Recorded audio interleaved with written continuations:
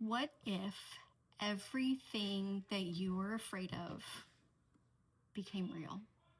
That's the premise in When the Wolf Comes Home by Nat Cassidy. This is another one of those horror books that I picked up that was supposedly not too scary, but definitely would help me appreciate the genre more, and it definitely did that.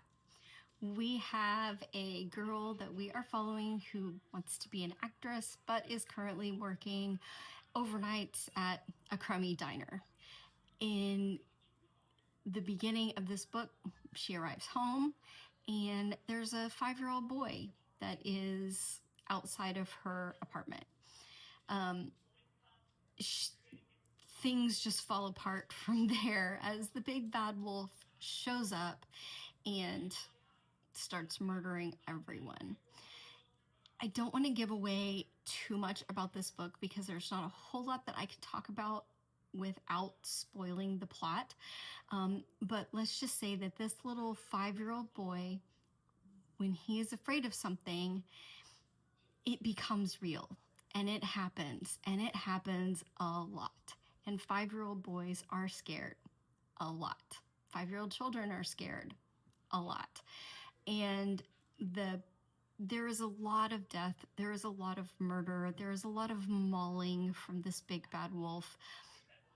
And what really struck me about this story was that our main character, Jessa, is a positive influence on this boy. And it's really looking at what exactly is fear, what makes us fearful of things, and how do we react to it, and are there times where we can use fear to our advantage, and are there ways to assuage our fears and really kind of see them in the daylight for what they are. So I thought this was a really interesting way to kind of tackle some of those philosophical discussions about fear while also telling a very unique story.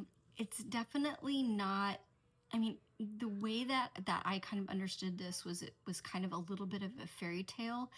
And other than there being an actual fairy tale book in this story, and the idea of the being afraid of the big bad wolf comes from that fairy tale book, I didn't really see a whole lot of other like fairy tale elements.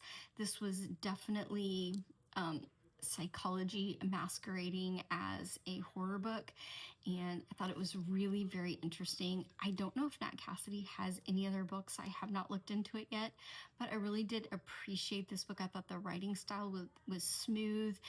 It was a very fast read. I think I read it over the course of like 2 days. So very fast read, not too thick, but definitely amazing. It is available for Aardvark Book Club. I am not sponsored. If you want to sponsor me, Aardvark, I'm not going to turn that down. But so far, since I have subscribed to Aardvark, there has not been a bad book that I've picked out. And the quality of the books is great. So if you're not a member and you are looking to switch from another book club, or you're looking for an affordable book club that has amazing choices, I do highly recommend Aardvark books. I have a few more on my list that I have not read yet. So I think next up is going to be probably The Starving Saints. I am so looking forward to that one. If you've read this, what did you think about it? If you've read other Nat Cassidy, leave me a comment down below and let me know, is there anything else that I should pick up that he's written? Because I really did enjoy this. I would say that there is an afterword in the audiobook version that is also in the book version. I highly recommend reading the afterword. I did not get the audiobook from the library until I was almost done. And so the only thing that I really ended up listening to in the audiobook was the afterword, which is read by Nat Cassidy himself. And it really gives you a lot of insight into what he was thinking about when he wrote this book, and it was absolutely amazing. So Anyway, leave me a comment down below. Let me know what you're reading right now and if there are any other horror books that you recommend that are not going to scare my pants off.